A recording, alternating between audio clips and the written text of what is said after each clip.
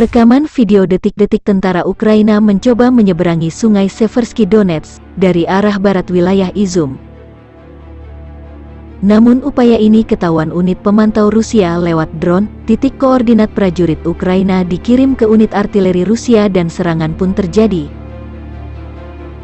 Tentara Ukraina yang menyeberang ditunggu unit sniper.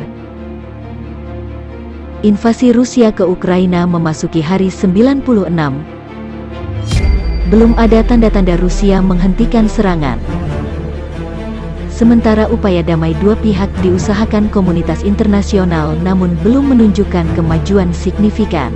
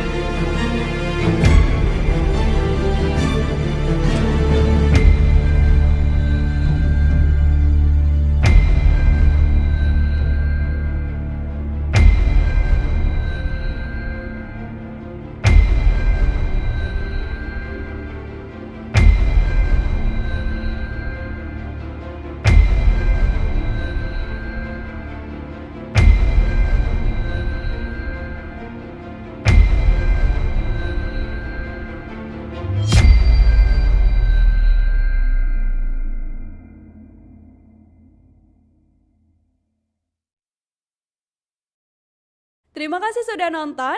Jangan lupa like, subscribe, dan share ya.